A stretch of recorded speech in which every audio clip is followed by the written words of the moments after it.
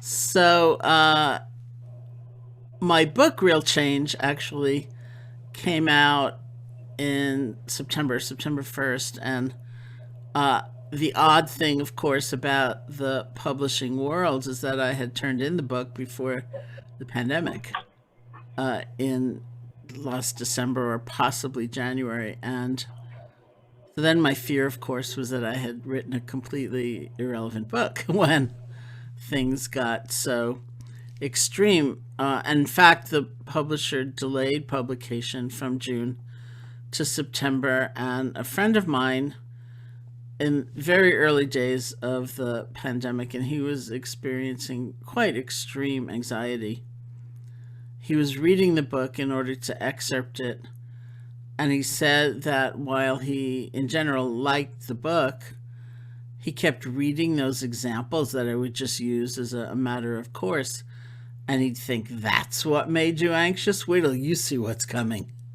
So I then went to the publisher and I said, would it be okay with you if I wrote a new preface to somehow try to contextualize the themes in the book to what people are going through right now? And they said, okay. And that brought me to a very interesting place where the question I kept asking myself was, what's still true in a time of disruption and upheaval and disappointed expectations and then loss and anxiety and uncertainty? Like, what's still true? And that reminded me of, in Sanskrit, the word dharma, which is so often translated as the truth or the way of things, or sometimes the laws of nature, sometimes translated as the Buddhist teaching, actually more literally means that which upholds us, that which sustains us. So it's that which we can rely on, that which is still true. When everything else is falling apart, that's what we rely on. And I looked really earnestly and truthfully at my own experience, like what's still true for me, because that's what I want to try to ground this book in through the form of the preface. And it reminded me of this very interesting thing I had read once, that after the atomic bomb had been dropped in Hiroshima, even further devastation was rampant when this rumor spread that grass and trees and flowers would never grow again. So it was like nothing was intact, nothing was whole, nothing could be counted on. Even the very laws of nature had blown up. And then, as obviously terrible as everything was, once that rumor was dispelled, people felt a renewed ability to go on and found some kind of resilience in even in the midst of such terrible circumstance. So what's still true? And as I pondered and pondered that question and looked at my own experience, I realized that many of the things that I relied on were tools that I had learned in meditation. Because, of course, we don't just develop these tools or cultivate these tools for the sake of being a great meditator. We cultivate them because of how they affect our lives every day. And so I saw that right from the very beginning, and I just had a really intense, in a way, anniversary on January 7th, 1971. I began meditating. That was my first meditation retreat. So I just had a 50-year anniversary, which I find mind boggling. Like, I don't know how that can even be true, but anyway. But even the things I learned way back when, because I had gone to India as a university student. I went as part of an independent study program. I created this project because I had taken an Asian philosophy course in my sophomore year, and it was in the context of that course that I heard there were methods, there were actual techniques of meditation. They were called meditation that one could use, that would really help you be a lot happier. And I, for some reason, that is still unfathomable to me and tremendously magical. I decided I had to learn how to meditate. It wasn't enough to just know it existed, that maybe I'd pursue it in 5 years or, I just felt I've got to learn how to do this. And I was going to university in this large city in New York State. I looked around, I did not see it anywhere because this is 1970 and it was much more rare. And so I created a project for the university saying, I want to go to India and study meditation. And they said, okay. So off I went. And I was interested in something extremely practical and direct. I wanted to know basically the how to of pursuing it. And it took me a little while to find that. And I finally started January 7th, 1971, in this intensive 10-day meditation retreat. The teacher was S.N. Goenka. And that first night, Goenka said, the Buddha did not teach Buddhism. The Buddha taught a way of life. This is open to anybody. It has nothing to do with joining a faith system or rejecting anything else or adopting an identity. This is about the power of your own mind. This is about the power of awareness and all the implications of what happens when we actually cultivate these powers. And he called it a skills training, which is how I've always seen it. Hence, because that was really, this was the first night. It was the very foundation of my acquaintance with really, what it was about. So basically, we talk about the meditative process in terms of 3 skills, and this may be quite familiar to you from your studies. The first skill is that of concentration, which is basically gathering one's normally perhaps scattered or distracted attention and energy and just bringing it down. Concentration, I've found, is a word, it's a term that some people have kind of a negative reaction to. It seems to imply holding fast to something and trying to reject and resenting anything else that comes your way. So it's pretty tense as a process. But really, it doesn't mean that at all. It's more a sense of gathering and settling. So it's about cultivating a greater steadiness of attention, a stability of attention. Certainly, our minds wander, but we can come back more gracefully, more quickly. We feel more centered. The theory is that we spend a lot of our time kind of lost in rumination about the past in a useless way. There are useful ways, of course, for recollecting the past, but that isn't necessarily what our habit is. They say that we often go to something where we now have some regret, but not with an eye to making amends or for lessons learned. We just go over it and over it and over it and over it. And so much of our life's energy is just like drained away. And I'd say especially in a time like ours, full of anxiety, we spend a lot of time in a useless way, again, projecting into the future. Like, what if this happens and then that happens and I'm gonna, and then of course that catastrophe will come our way, or what if this, this will never change and I have to somehow figure it all out at once for the next 10 years.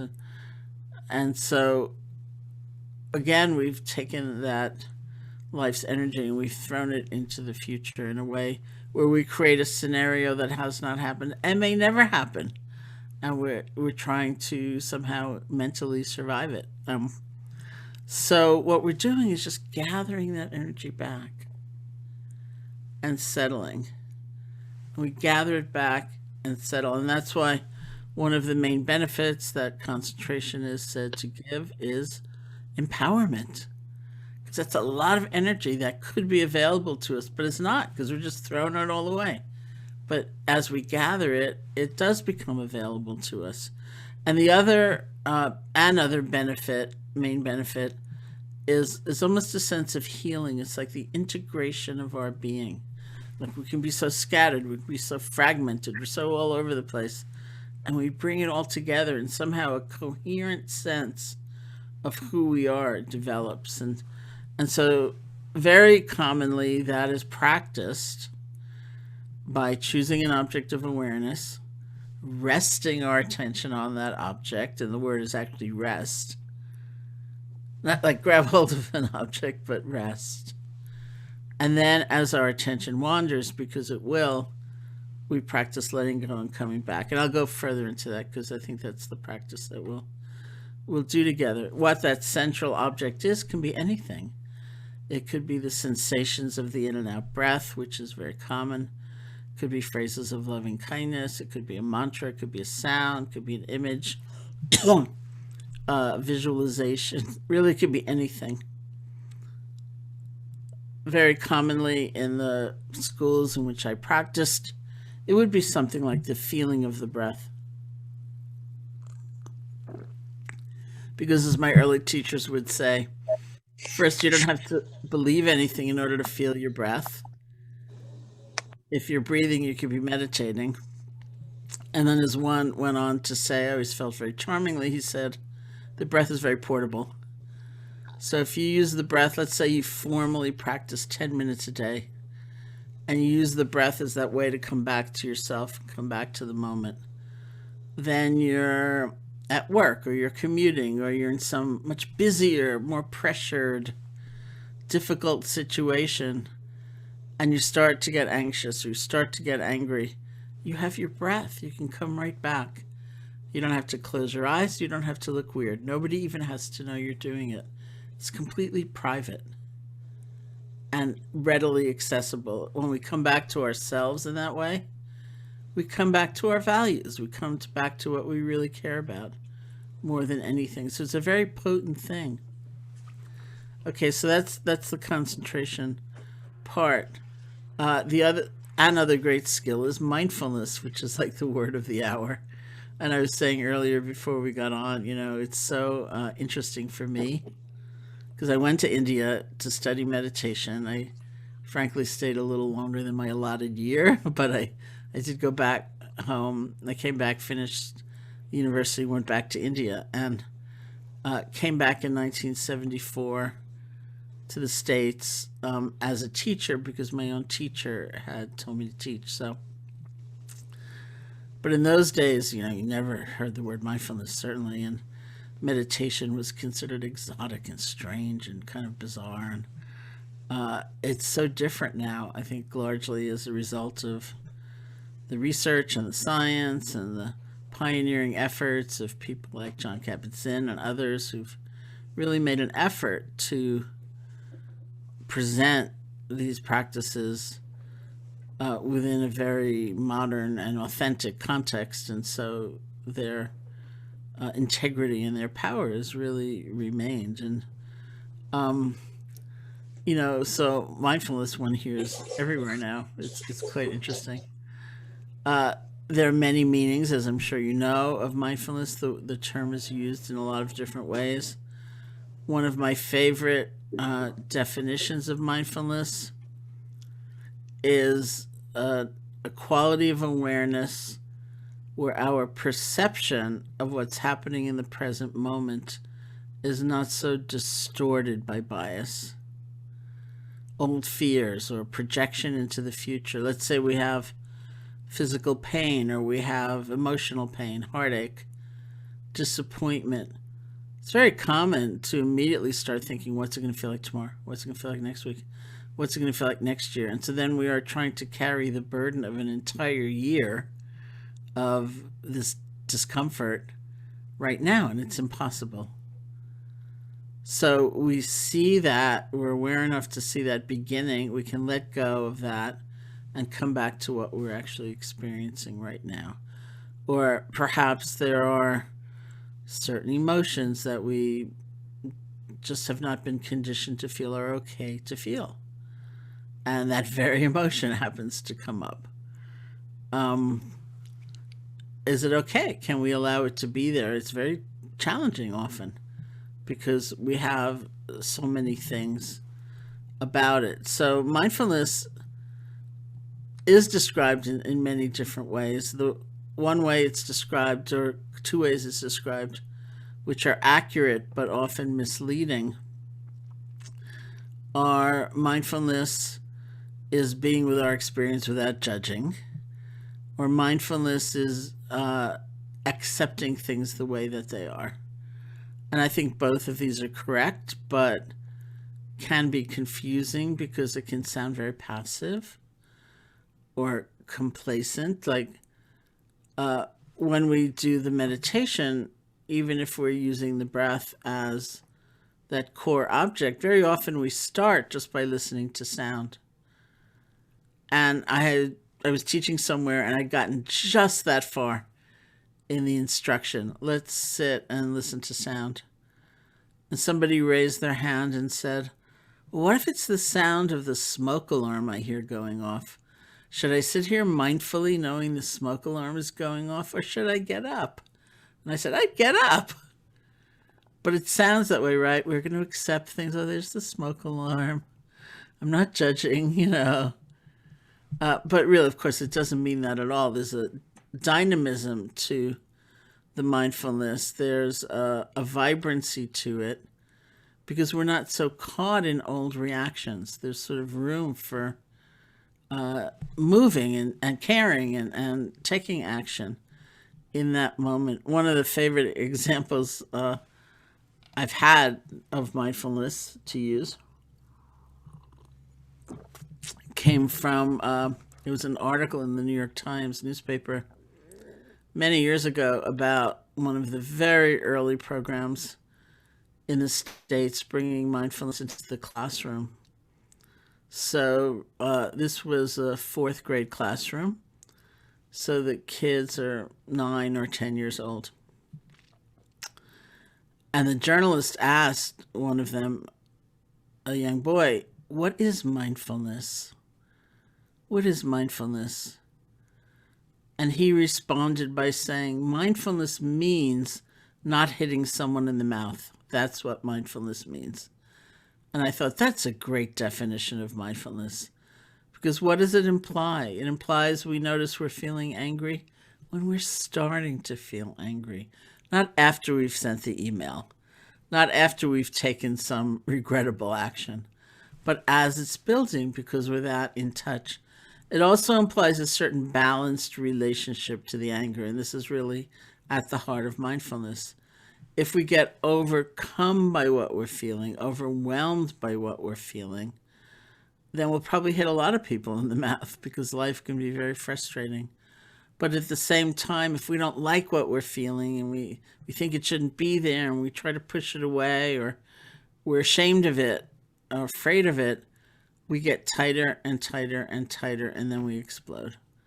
So that doesn't really work either. We say mindfulness is like the place in the middle where we can fully connect to whatever is without adding on, holding on, pushing away.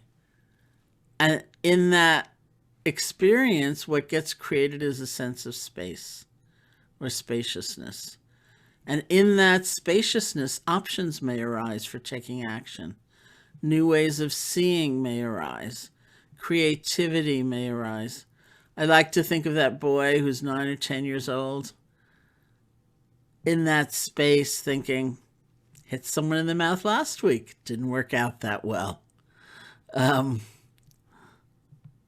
fact, another really favorite story of mine, which I keep putting in my books. I think I'm done. I don't think I can put it in one more book, which is too bad because it's a great story.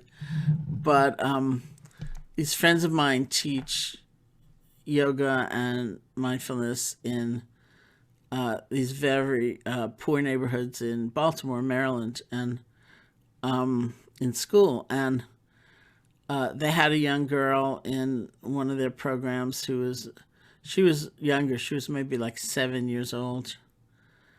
And she was always in trouble. She was fighting, just fighting and hard, like really knocking kids out. And they were mean to her. That is true. She had a lot of provocation, and they would tease her a lot.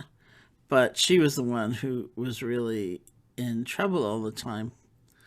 So they taught her. She was in one of their programs, and they said one day they walked into one of the public rooms, like the cafeteria, and she had this other little girl up against the wall holding her by the throat. And then she looked at her and she said, "You're just lucky I know how to meditate." And she dropped her. And she went off and sat, and then like composed herself. So mindfulness is not about being passive, it's about having options. And it's that place in the middle where we're never encouraged to dislike what we're feeling or feel that it's wrong, we're not good enough, we shouldn't have it. It's really not that kind of perspective. But how are we with that feeling? What are we adding to it? Are we identifying with it? This is the only thing I'll ever feel. Are we adding a sense of isolation? I am the only one. Are we judging it in a harsh way? I've been meditating for 50 years. Why do I still feel this? This is a disgrace. Whatever it might be. Or can we just be with it as it is, which allows us to see into the heart of it, to really understand what we're feeling in a very different way. If you sit with anger, for example, you will likely see strands of fear and sadness and almost always a sense of helplessness in there somewhere. And if you can get to the place where you can find the sense of helplessness, that's also a call to take some action, and to do something. So I have been relying on the tool of mindfulness in these times to be with some very painful feelings in just this way, like not adding on that which is only going to make it worse, but being able to be with what's happening with a sense of compassion for myself and realizing this is the human condition. This is a hard time for a lot of people in a lot of ways. And so that is a tremendous strength because we can't stop the feelings from happening, nor should we try. And yet we can be with things in a very different way. And I'll just add the other part of that I've learned from mindfulness is remembering to take in the joy. Sometimes we're so distracted we don't even notice the maybe kind of small but wonderful thing that's going on, or maybe we have these completely unrealistic standards about what our experience should be. I'm also fond of this story. A friend took me, there's this area in Washington, D.C., where there are many, many cherry trees planted, and they all bloom at once, and that's called cherry blossom season, and it's a giant tourist attraction and so on. And so this friend in DC took me there once, and I was standing there thinking, oh, this is so beautiful. Like so many delicate pink blossoms and all blooming. It's so lovely. And then my friend said, oh no, it's past the peak. And I thought, oh no, I'm having a bad experience. This isn't good enough. This isn't what it was last week or whatever it is. So we can have these kind of impossible standards where nothing is ever good enough. And so we're not really taking it in, the joy.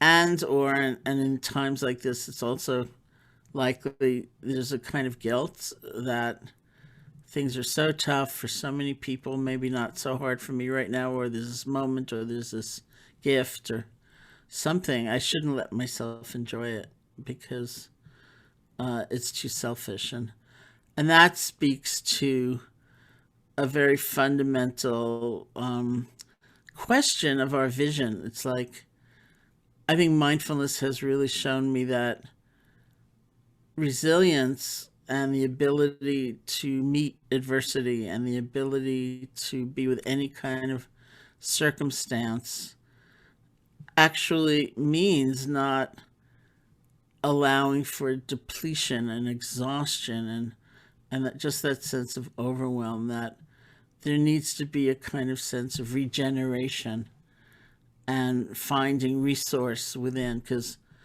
the stress dynamic, after all, is a dynamic. There's the stressor or circumstance or situation, and there's the resource with which it's met.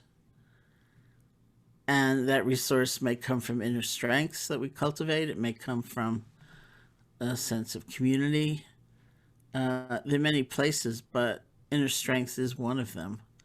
And we can cultivate that ability to be different. And that includes taking in the joy, allowing oneself to rest, being able to enjoy even what seems to be perhaps a small thing, because it will replenish us, and then we will have the energy to respond differently. Okay, and then the last skill is that of connection. So I've always felt it was like the strangest thing, because the act of meditation might seem extremely solitary. You know, maybe you practice all alone, maybe you practice with your eyes closed. But in the process of paying attention, I have found that we discover such a profound connection to others. It's like to life itself. We just realize that we are a part of a bigger picture of life. And it's not that we like everybody or we're going to spend time with them, but there's just a very different sensibility about belonging, about connection, and it's an insight. It's a natural development of paying attention differently. And this is an enormous strength, because here too I find people discover the energy and the interest in helping one another and bringing these values into life, and what seemed to be small acts that we might have disdained, oh, that's not really helpful in a huge way, we actually do, because we feel such a sense of connection with others. And maybe that's all I'll say for now, and we can do some practice together, and then I can talk a little bit more about compassion. We'll see if you have any questions, okay? So I don't know if you want to stretch or just get comfortable.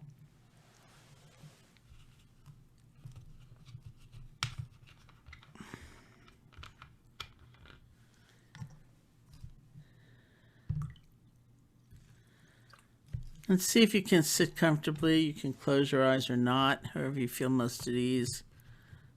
If your eyes are closed and you get really sleepy, you can just open them and continue on.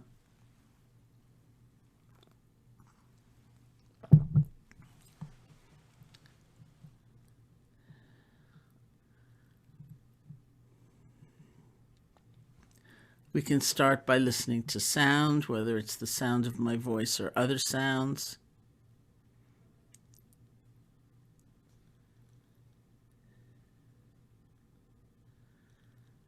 It's a way of relaxing deep inside, allowing our experience to come and go. And of course, we like certain sounds and we don't like others. But we don't have to chase after them, to hold on or push away. Just let it come, let it go. It's like the sounds just wash through you.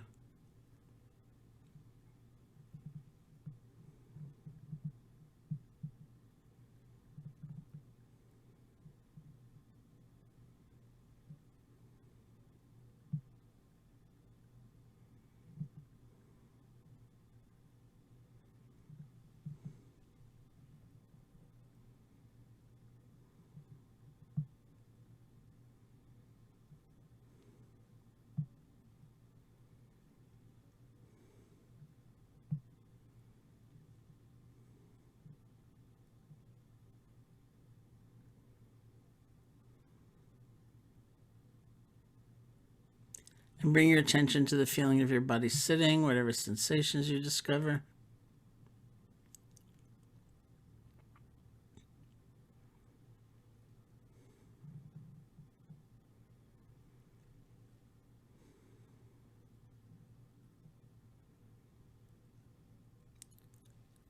Feel the earth supporting you.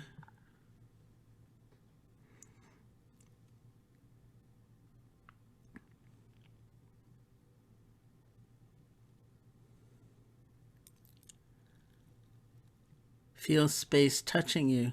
Usually we think about touching space We think about lifting up a finger and poking it in the air, but space is already touching us. We simply feel it.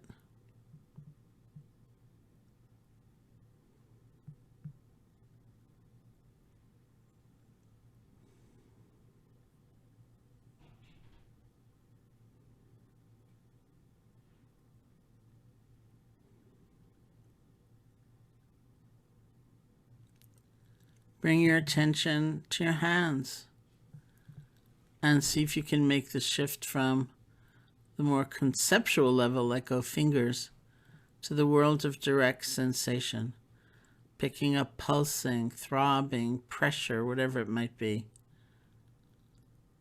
You don't have to name these things, but feel them.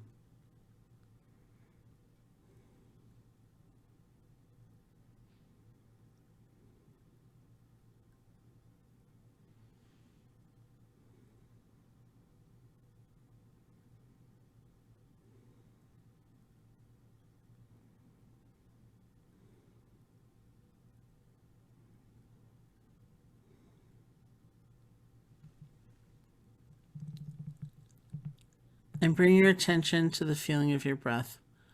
Just the normal, natural breath. You don't have to try to make it deeper or different. And see if you can find the place where the breath is strongest for you or clearest for you. That might be at the nostrils, at the chest, or at the abdomen. You can find that place, bring your attention there, and rest. See if you can feel one breath.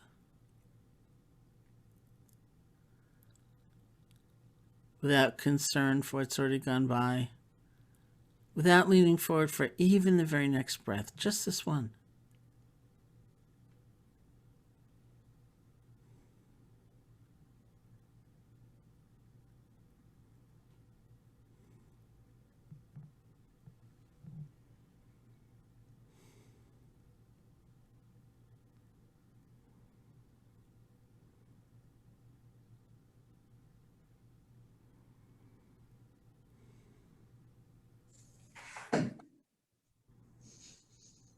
Alex, what's going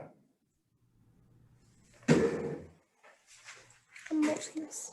And if you like, you can use a quiet mental notation of in, out, or rising, falling to help support the awareness of the breath, but very quiet.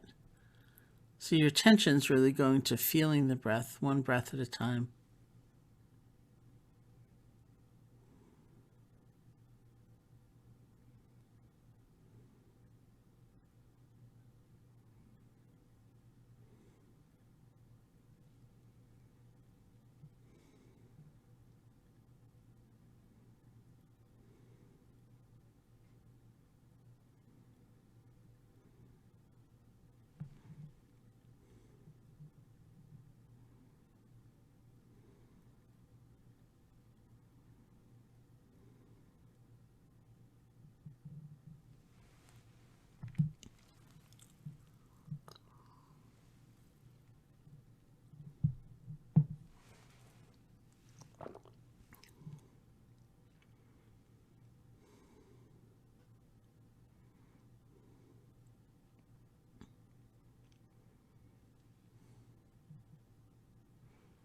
And if images or sounds or sensations or emotions should arise, but they're not all that strong, if you can stay connected to the feeling of the breath, just let them flow on by. You're breathing. It's just one breath. Images, sounds, all of them may come and go. You can let them float on by. You don't need to follow after them. You don't need to fight them.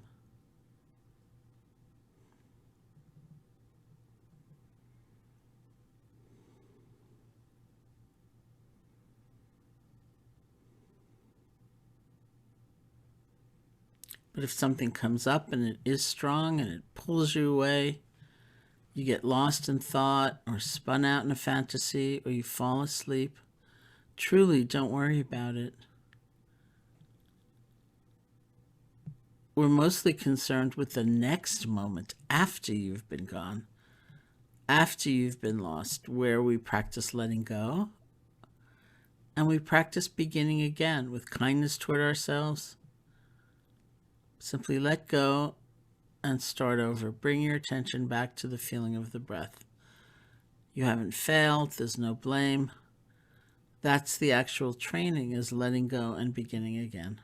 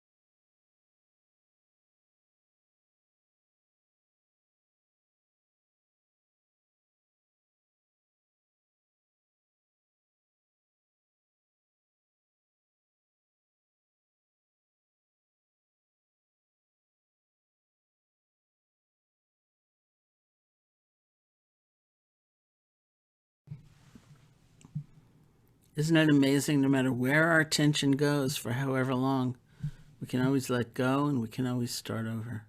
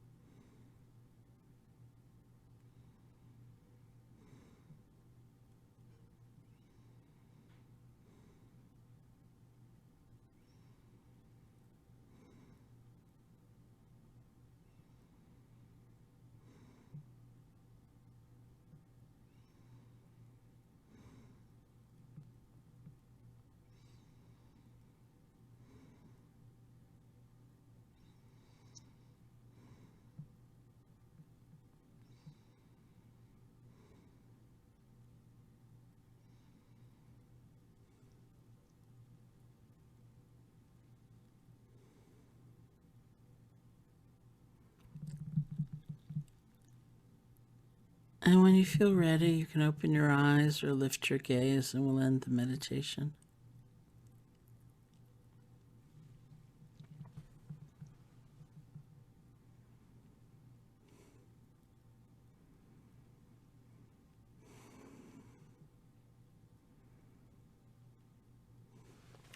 Well, thank you for that suggestion. That was wonderful. I was so happy to do that. say loving kindness, or you could say compassion. And the word loving kindness is, of course, a translation, the common translation from the word metta, metta, in Pali, the language of the original Buddhist text, Maitri in Sanskrit. And I use it, of course, many people use it. It's the common one. I have had scholars and translators say to me, just say love. That's what you mean. Stop being so cutesy about it. Just say love. But love is a complicated term. What does it mean?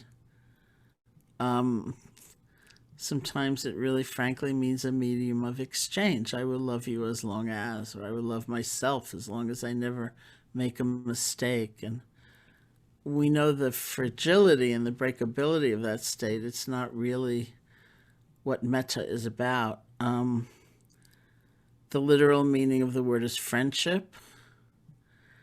I have some difficulty with that as well, although I know it's the most accurate term. Because to me, friendship implies let's spend time together. I mean, now we don't either, but let's say we were not in the middle of a pandemic or the end of a pandemic. It would mean let's have dinner together. Let's go to the movies together. Let's take a walk together. Whereas with metta, what we're experiencing is a deep knowing that our lives are interconnected. But it doesn't mean we like somebody or we want to spend time with them or that it's safe to spend time with them or appropriate. So it's not about a particular action. It's about an inner state, which is very much, it doesn't even need to be emotional. It's just knowing our lives are intertwined, that we are part of a larger whole, each of us. And it's a powerful state because it reflects that truth, because that is actually how things are. We live in an interconnected universe, and that there's a kind of we-ness to both the dilemma and the resolutions, which is really accurate, and that's why it's powerful. I think with something like a pandemic, we see the really terrible face of connection and interconnection, and the beautiful face of it is compassion, that we may be having very different experiences and be very different in a lot of ways, but we all have a kind of vulnerability to change and to loss and so on. And those are some of the places we share, like it or not. And we can resonate with somebody on the basis of that and understand that this is the nature of how things are. Like when I would be going into a company or an organization to teach, one of my favorite questions was always, how many other people need to be doing their job well for you to do your job well? Because we live in an interconnected universe. Or you just think about the food you've eaten today, even if it wasn't a distinct animal product. Somebody planted a seed and harvested a crop and transported it and sold it to us, or prepared it and sold it to us. And we don't just say, I think I like lunch, and have it like poof. All those conditions have to come into play, and we need to have the means to get the lunch. And, like maybe we need transportation, maybe we need a job, so we have money to, just an array of conditions in every moment. And our lives are intertwined, like it or not. And so somehow in the process of meditating, as I was saying earlier, however alone it looks, I find that one of the great insights is into interconnection. We just know in such a deep level. And it may not be this rush of like glorious emotion, but it is this deep knowing. It has to do with worldview, our sense of inclusion, our recognition of who counts, who matters, and commitments about how we're going to pay attention. Um, what about those people who serve us in some way, have some function in our lives? How often do we actually look at them or appreciate this is a human being who wants to be happy, just as I do, who is vulnerable, just as I am? And so somehow it comes, the greatest gift of mindfulness is said to be insight, because our attention is not so cluttered, it's not so confused, we're not adding so much stuff to what we're perceiving, and we can see much more clearly, oh, everything does change. Look at that. However mightily I held on. Or I'm not as alone as I thought, that I really am part of this greater picture of life. I mean, so many things, personal and universal. And one very genuine insight is this sense of interconnection, which really changes everything in terms of how we live. So that is really an invaluable part of what is developed in the actual meditation practice. So, do you have questions or comments? Anything you'd like to talk about for our remaining time?